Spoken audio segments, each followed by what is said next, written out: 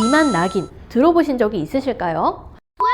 네, 비만 낙인이란 비만병에 대한 부정적인 편견과 그 편견으로 인해서 차별을 받는 것, 그 전반의 것들을 일컫는데요. 스티그마, 이게 낙인이라는 거죠. 옛날에 노예들을 상대로 이렇게 이마나 몸에다가 이렇게 낙인을 찍어서 도망가지 못하게 했다고 하잖아요. 비만하다라는 개념을 그런 낙인으로 찍어서 마치 너는 게으르고 식사 조절을 못하고 막 이렇게 나쁜 생활 습관 때문에 질병을 얻게 된 이제 이런 사람의 부정적인 인식을 갖는다는 게 바로 비만 낙인인데요.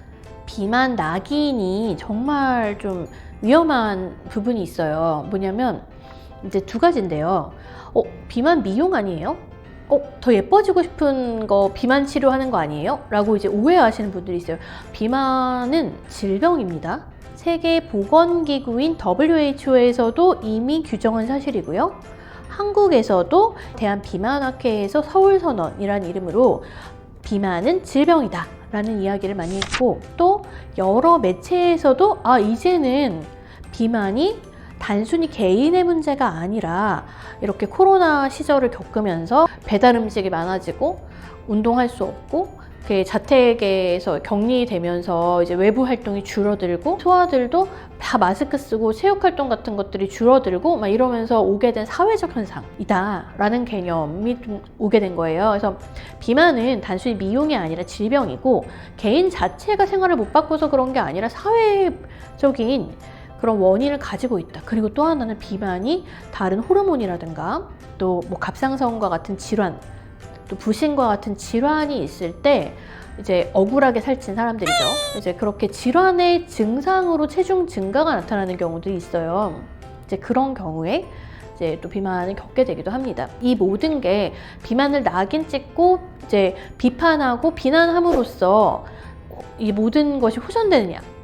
그게 이제 해초리를 들어서 이제 그걸 해결할 수 있느냐? 그렇지 않다는 거죠. 오히려 더 정서적으로 이제 피폐해지고, 다른 사람들이 나를 어떻게 볼까? 대인기피라든가 이런 게 동반되는 경우도 많이 있어요. 아니, 암에 걸렸다, 당뇨에 걸렸다, 혹은 고혈압에 걸렸다고 해서 사람들이 그 사람을 비판하고 비난하나요? 그렇지 않죠.